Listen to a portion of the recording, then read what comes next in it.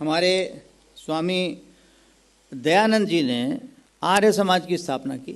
आप लोग जानते हैं आर्य समाज में क्या है कि आर्य समाज में यही बात है जो यहाँ पर हम लोग बात कर रहे हैं कि जो वर्ण व्यवस्था है वो होगी, लेकिन वर्ण व्यवस्था जो है वो जन्म के आधार पर नहीं होगी, कर्म के आधार पर होगी। 100 साल से ज़्यादा हो गए आर्य समाज को, हो गए ना। अब आप मुझे ये बताइए, जो लोग भी आर्य समाज को जानते हैं, समझते हैं, इस समाज को समझते हैं, एक मुझे उदाहरण दे दीजिए। मैं 2 उदाहरण की बात नहीं कर रहा हूँ। इन 100 से अधिक सालों में कोई भी एक उदाहरण दे दीजिए जहाँ पर हमारे शर्मा जी जो हैं वो सेना में चले गए। आज सोमनाथ शर्मा जी का भी एक दिवस है, हमारे परमवीर चक्र विजेता। तो हमने उन शर्मा जी को पंडित ना मान के सेना में चले गए, तो हमने उनको क्षत्रिय मान लिया।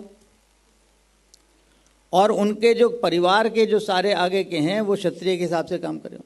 या कोई जैन साहब हैं और उन्होंने एक मोची की दुकान खोल ली, उसकी अब आजकल तो सभी लोग सब खोल लेते हैं, उन्होंने एक जूते की दुकान खोल ली और हमने वहाँ पर वो अपने बनवाते भी हैं, करते भी हैं, तो हमने उनको शूद्र मान लिया।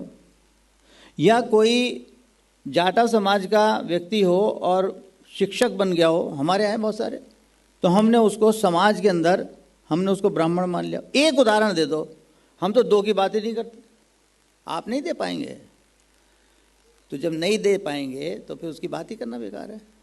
तो अर्थात इसका अर्थ ये हुआ कि वो वर्ण व्यवस्था जो कभी हमारे वेदों में लिखी हुई थी और ऐसे समय पर हमारे वेदों ने हमें दी थी जबकि दूसरे देशों में, दूसरी सभ्यताओं में लोगों को कपड़े पहनने का ज्ञान नहीं था, घर बनाने का ज्ञान नहीं था। ऐसे समय में जब हमारे वेदों ने वो व्यवस्था दी गई थी, हमारे लिए गौरव की बात थी।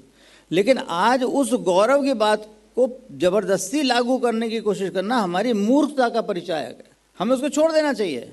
तो जब वर्ण व्यवस्था समाप्त हो जाएगी तो अपने आप जातियां भी, तो जातियां तो वहीं से निकली हैं, जातियां भी वहाँ समाप्त हो जाएंगी। तो इसलिए आज बहुत ज़रूरी है कि हमें एक जाति विहीन समाज की स्थापना करनी है।